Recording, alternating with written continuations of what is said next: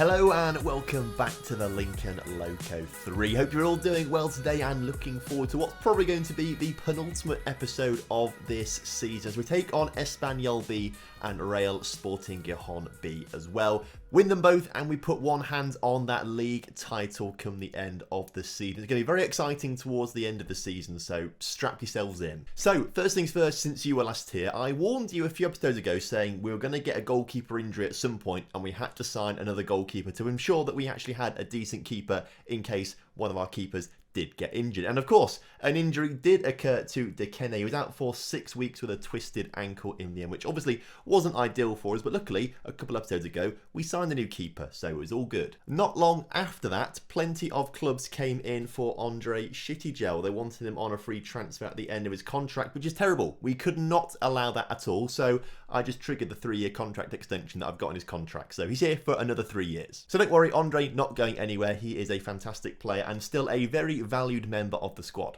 However, the squad haven't quite been performing to their very best since you were last here. For the 2 losses against Cordoba and Murcia, since then, we actually lost another game to make it 3 in a row. Racing Santander at the time were 3rd in the table. I think they're now 2nd in the table because they are doing very well. But they beat us fair and square 3-1. We played terribly that game. So obviously January, not a particularly good month for us. But we did bounce back in February. Now you'll notice it in the game against Racing Santander. Dekene not playing, that's when he got injured. So we had Diego Fuoli playing in goal for us for most of February actually. He did very, very well, I must say, because we won every single game in February. So Diego did a fantastic job standing in. Very, very pleased with him. And as you can see, only kept 1 clean sheet in the time, but at least we won all the games. 3-1 against Guadalajara, 2-1 against Tudelano, 2-0 against Villarreal B and 3-1 against Badajoz. Fantastic stuff. March, though, has not started off particularly well. We lost 1-0 to a resurging Numancia. The Numancia team we played early on at the start of the season when they were like 19th in the table have changed. I think they're now 5th in the table, so they are charging their way up and looking to try and sneak through a promotion place in the final few games of the season. And then we also drew 2-2 to Alcoyana, who also are charging up the table a little bit towards the end of the season, but not quite to the same extent. Fortunately for us, other teams have also been slipping up a little bit come this point of the season. But we hold very similar records, and as you can see, it's getting very tight near the top. We're on 69 points, the best number in the world apparently. Racing Santander and Orajula are both 4 points behind us, so they are catching us right up. And then a further 6 points behind us, Atletico Baleares, and then 7 points behind us, Villarreal B, and actually 9 points behind us, Numancia. So with still, a good few games to go this season, any one of these teams could get promoted. We could drop out completely out of the top 2, so it's getting nervy. As you can see, Raul Jr. is on 30 goals this season. His goal record has actually started to slow up a little bit. He's got 4 goals in his past 6 games, but he's dropping off a little bit, so hopefully he finds a bit of form and starts to perform a little bit more. We have been a little bit unlucky with some injuries. Injuries are more players getting ill, like before a game, and then 2 players have to miss a game because they've got a cold and stuff like that. We've had a few suspensions and things like that as well, so we've had to rotate things a little bit. For this first game against Espanyol B, Dekene starts in goal, one of his first games back from injury, so hopefully he gets his match sharpness back quickly and starts performing well. Harry Gazzalucci comes in for his first start for the club because currently we have injuries to Ethan Brito and suspensions to Javi Vazquez. So Harry Gazzalucci, who got promoted from the B team at the very end of a transfer window, is making his debut. His first starting, and he has played some games, I think. He's been on the bench and he has actually come off the bench 4 times, playing very, very well each time. So we are looking forward to seeing how he does actually starting. He's joined in the back by Lepetra and Shittigel today because, of course, we are playing Espanyol B. Cahinde comes from Espanyol, so he can't play this game. Trilly will be starting on the right back position for us, and just ahead of the back 4 is Yaya, who's filling in the CDM spot because, of course, Shittigel has moved back to centre back. Tomic and Scott Marshall start in that midfield duo today. Michael Cipollini's been injured for a little while, actually. He had a broken foot, so he's been out for a little while, so he's been very unlucky. On the left wing, though, as per usual, Timo Wolff is starting. He's been fantastic this season. Diaz starts on the right, and Raul Jr. will lead the line. So, as kickoff is upon us here today against Espanyol B, we need to keep winning games to ensure we try and get promoted. As Lepetra gets on the end of Shittigel's free kick 6 minutes into the game, you love to see it. It's a good free kick in the middle, actually, and Lepetra is just completely unmarked. That is the easiest goal he's going to score all season. We are one of the 3 early kickoffs today today, so we'll keep an eye out on the other fixtures around us, but there's not really much we can do to keep up with the other teams. I believe Numancia are playing right now, but they're not too much of a worry for us, I don't think, as Espanyol B score a goal. Belarus, they're playing right now. They're 4th in the table. They're currently losing to Real Mahada Honda, so that'd be very good for us. And then obviously Numancia are also playing, but they're a little too far behind us right now for us to be too worried about them, but we don't want them to get any closer than the 9 points they already are behind us, as we've just won a penalty. You love to see it. Raul Jr. will be taking this penalty for us. Come on, lad. Put this neatly into the bottom corner. That's what I'm predicting.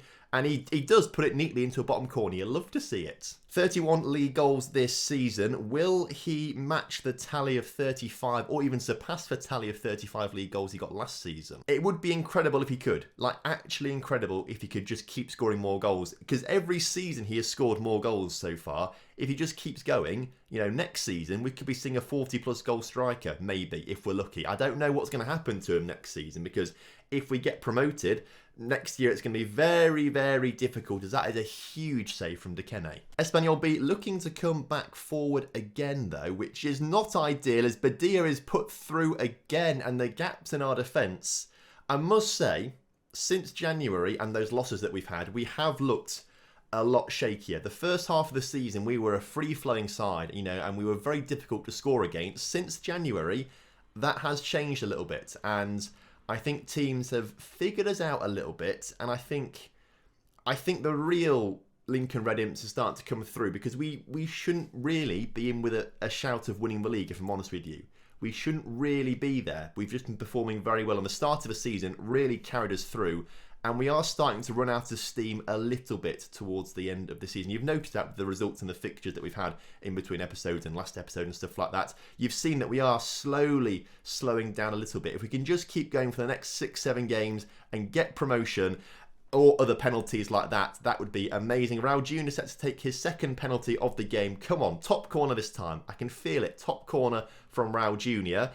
And it's not top, it's bottom corner still, but it's, you know, it's still a goal, so it counts. Almost sounded disappointed with that one. I just wanted him to go top corner. Mental that we're doing this, by the way, when we are a second half team. Imagine what we'll do in the second half now. In the meantime, Numancia are losing and Belarus are currently drawing at half time, so bear that in mind. Who are Racing and Oricula playing later on today? And Villarreal B. Racing are playing Oricula. That's a big game for us. Hopefully they draw to minimise the point deficit to us, because that would be really, really good if they could draw that. Villarreal B are playing Badajoz, who are near the bottom of the table, I think. Oh no, they're 9th from the table. They're doing all right. This second half, though, is absolutely flown by. I've not been paying attention. The second half has flown by, and I think, by looks of things, we are going to come away from this game with all 3 points. Harry Gazzalucci onto a 5.9 rating. Now, I know the fullback ratings are pretty broken in Football Manager right now, but that does seem a little strange. But it doesn't matter, because we won the game 3-2, 3 points coming back to Gibraltar with us. You love to see it. So we're going to play the Real Sporting Gijón game, and I think after that, international break will start to happen, and then during international break, we should have the youth intake day. So plenty more still to look forward to in today's episode, as Juan Diaz is still playing very well, keeps increasing all his attributes. He just looks fantastic, Juan Diaz. So glad we signed him. And the results are through. Who won? They've not played yet. Oricula and Racing Santander. They've not played yet. They're not on there. Okay, fair enough. Belarus did come back and win their game, though. I did miss that. So they go second in the table, 6 points behind us. Numancia lost, which is... Oh, no, they won. They won 3-2 in the end. Oh, okay, well, it's still fine, because they're still 9 points behind us. Villarreal won their game too, but they are still quite 7 points behind us or so. So that's okay. Let's just find out what happens in the next game, which has not taken... What's going on with our games? It must have been postponed or something like that, I presume. They must have postponed the game, because it's now been pushed back to the 26th. So we will see that result come through when we're international break, I'm sure. But for now, we are sitting 6 points clear at the top of the table with 6 games to go, I believe. It's looking good. Now, I think we can maybe actually start to talk about it. Given that we are 6 points clear at the top of the table with 6 games to go, what happens if we do get promoted? Our stadium is currently 2,226 seats, so not very big at all. If we look in the La Liga Smartbank, La Liga 2, that's the division we're moving up to if we do get promoted. If we look at the rules and scroll down to the bottom, minimum stadium capacity 6,000. Now, apparently we do have we have 2 years to make arrangements to get a bigger stadium, which is fine. We could probably do that and get a 6,000 seater stadium. However, 2 issues with that. One, financially, which I can click on the right thing. Financially, we are minus £800,000 again because we are just not making enough money because our stadium is so small. And also, it's all well and good, creating a new 6,000 seater stadium for this division. But if we go up to La Liga, the top division, 15,000 seats are needed at a minimum in this division. And that could be a big issue for us. Also, this £2,700 per week minimum wage for full-time players, that could be a big issue for us as well if we get to La Liga. Is that rule in the division below us as well? Financial rules. 1,400. Oh. We need a takeover. We need a takeover an ASAP. Or we need Valencia to go and sell, what's his name? Anthony Ward, that's the one. I know I can remember that. We need Valencia to sell him for like 100 million and then we'll get 50 million pounds of it. That's what we need. So that is something to think about. Not that we have any control over that at all. It's all the board. The board control that themselves. We have no say in it, so we're not quite sure what will happen. Hopefully, the board will just put the club up for sale or something like that. That's the ideal scenario. I'm sure Andre has got some mates over in Belarus who'd be happy to buy the club. But for the game against Real Sporting Gijón, we are going to move up to playing with 2 strikers. Lepetra can't play this game because he comes from Sporting Gijón, so he's going to swap out with Cahinde. Had to miss last game because he plays for Espanyol, so he'll come back into the centre-back position. Yaya will obviously come off because he's not a striker. We will bring Raul Zabalaga onto the pitch instead. In fact, Jezovic can come on the bench as well for this one in case you have to bring him on, but everything else there looks okay to me. Not quite, actually. Harry Gazzalucci is a very good player, but actually you're not quite the best player for the job right now. Javi Vazquez or Ethan Brito still injured, so Javi Vazquez on you come. There we go, that's the team. Let's get the win. So, kickoff is upon us here today for the second game. Fingers crossed it's just another, well, I say routine win. Last game wasn't a routine win. We had to really struggle for that one. Playing in our beautiful Belarusian-styled away kit, Timo Wolf nods the ball forward to Raul Jr., who hits the post. That was a great highlight for us at the start of the game, and that could have been brilliant for us if we'd actually put that in the back of the net. Unfortunately, we didn't put it in the back of the net, but Scott Marshall on the ball right now. Marshall's it out towards Timo Wolf, who looks to cut inside. Go on, lad. Take the shot. Oh, he's nearly put it in the top corner. 2 very good highlights for us early on there as Timo Wolf again looks to win the ball back. You love to see it. Timo Wolf racing forward, using his pace into the area, across to Raul Zabalaga, who gets his shot deflected. Great defending there. Once again, we are one of the early kickoffs. No one around us in the table playing right now, so we can't really focus on the other results. We have to wait until the end of the game to see what's happened with other teams as we look to win possession back from Gijón as they get the ball out wide. Okoro coming forward on the ball. Javi Vazquez with a huge challenge there. Wins possession back for us. Cahinde gets it out up to Timo Wolf, who seems to be the focal point of our attacks at the moment and shoots from distance, putting it just wide. Another ball coming in from a throw-in. Timo Wolf doesn't quite win it this time, but Cahinde does get it into Scott Marshall. Javi Vazquez back to Cahinde. Cahinde to Javi Vazquez. Back to Scott Marshall. Great passing. We've been brilliant with our passing so far this first half. The amount of highlights have shown that. We still can't score though. Still. I mean, it would help actually if we could get our shots on target. Only 3 shots have been on target so far, but the XG has been superb. But we finished the first half 0-0, which isn't great. I'm going to thrash my arms around, far from pleased from what I've just seen, to motivate the players. And don't worry, we're a second half. You know what I'm going to say? We're a second half team. As long as we don't lose today, that's fine. I wouldn't mind a draw too much. Obviously, the win is better for the points total. But given that we are 6 points clear right now at the top, a draw isn't the worst result for us in the world, just as long as we don't lose these games. As Javi Vazquez now back on the ball, back to Cahinde. I'd love to get Cahinde back next season on loan, no matter what division we're in. I want him back next season as Diaz's shot is rubbish. Come on, boys, we can do this. Let's go a little bit more attacking and say demands more out there as Alenia coming forward for Gijón on his own, just runs past Cahinde. That's a great challenge there from Cahinde to win possession back. Timo Wolf once again on the ball, coming forward into the area nearly. Javi Vazquez puts the ball in the area. Raul Jr. finally puts one in the back of the net. We were waiting for that to happen. The amount of chances we've had in this game, it was bound to happen at some point. And there we go. It's a great ball from Javi Vazquez, by the way. Look at this for a cross. I mean, it's just the perfect ball in between the defence and the keeper, I should say, right on the edge of the 6-yard area. You couldn't ask for a better ball than that. So with 30 minutes or so to go, we'll make some changes after this highlight as Timo Wolf goes down in the area, wins a penalty. Raul Jr. could score his 4th goal of today's episode and his 3rd penalty of today's episode. We've been very, very lucky with penalties, and he does so, getting his 34th goal of the season. You love to see it. So we will make some changes. I do want to get Trilly off the pitch. He's not had a great game so far. We'll bring Josh Thompson on for him at the back. Tomic, who's had a bit of a poor second half of the season, will come off for Scipio, and then Raul Zabalaga up front will come off for Jez Jezovic II.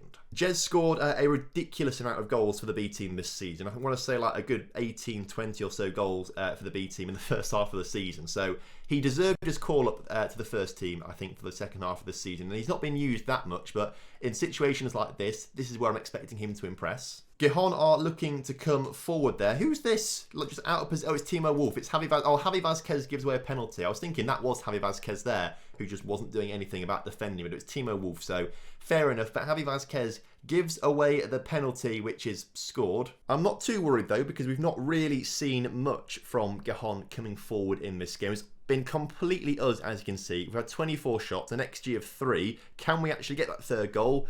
Not yet. If we don't get that 3rd goal, it might come to bite us if we don't do anything about it. Chitagel wins the header though. Scott Marshall to no one though, and it is Gijón's ball once again as they look to bring it forward through the midfield.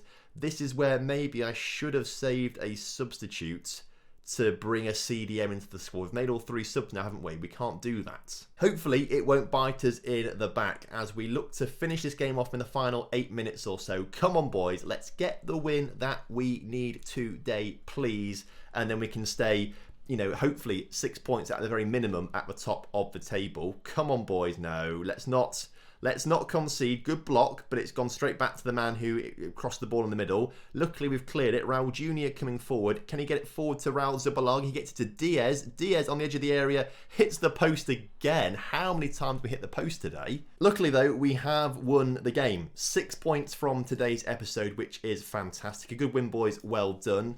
Let's go and see how the other teams get on later on in today's fixtures. So Racing Santander draw with Badajoz, Numancia win, Orejula win and Baleares win as well. So we stay 6 points clear of Baleares, but we're now 7 points clear of Orejula, although they do have a game in hand, so they could go back to 4 points behind us. Racing Santander, though, will stay 6 points ahead of them if they win their game in hand. Although their game in hands are with each other, aren't they? So hopefully they still draw. Drawing would be the best result for us there. So they play on the 26th, I think. It's the 24th right now. We should have our youth intake on the 30th or so, so hopefully we'll get good news all around.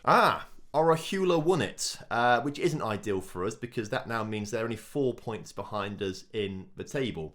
Not so good. With 5 games to go, that could be pretty exciting. And our final game of the season, of course, is against Orejula. You can't write these things, can you? And here is the youth intake. Excellent stuff. Actually, this one doesn't look too bad, I must say. It's kind of a hammerhead, isn't it? Let's go to the development centre and we can see the youth candidates. We've got 1 5-star potential player and 3 4-star potential players and a 3.5 in there. This is a decent youth intake. Josh Togger is a centre-back / right-back who is, he's got terrible crossing and dribbling, so I think we'll make him more of a centre-back, I think, by the looks of things. Attributes do actually suggest he is more of a centre-back than a right-back too. So centre-back is what we'll do with this guy. Adam McKenzie is very handy actually, can play across the entire midfield.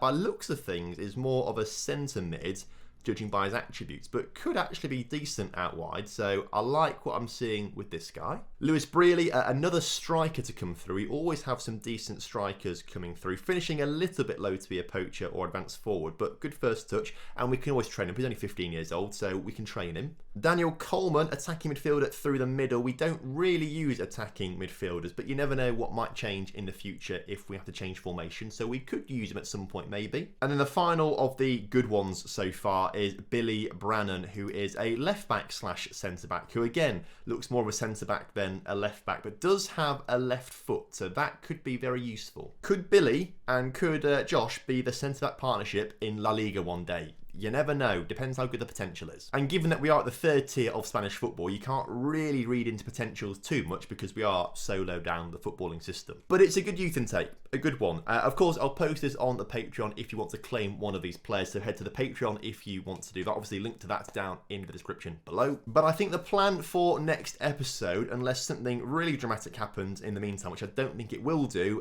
we'll go on to play Celta de Vigo B and Betis Deportivo B off camera, and then we'll come back for Vallecano Baleares on Orihula next episode. So thank you ever so much for watching today's episode. Hope you guys have enjoyed it. Of course, if you have done, drop a like on the video for me, subscribe to the channel with the notification bell on so you don't miss an episode, and I will see you next time. Have a good one. Goodbye.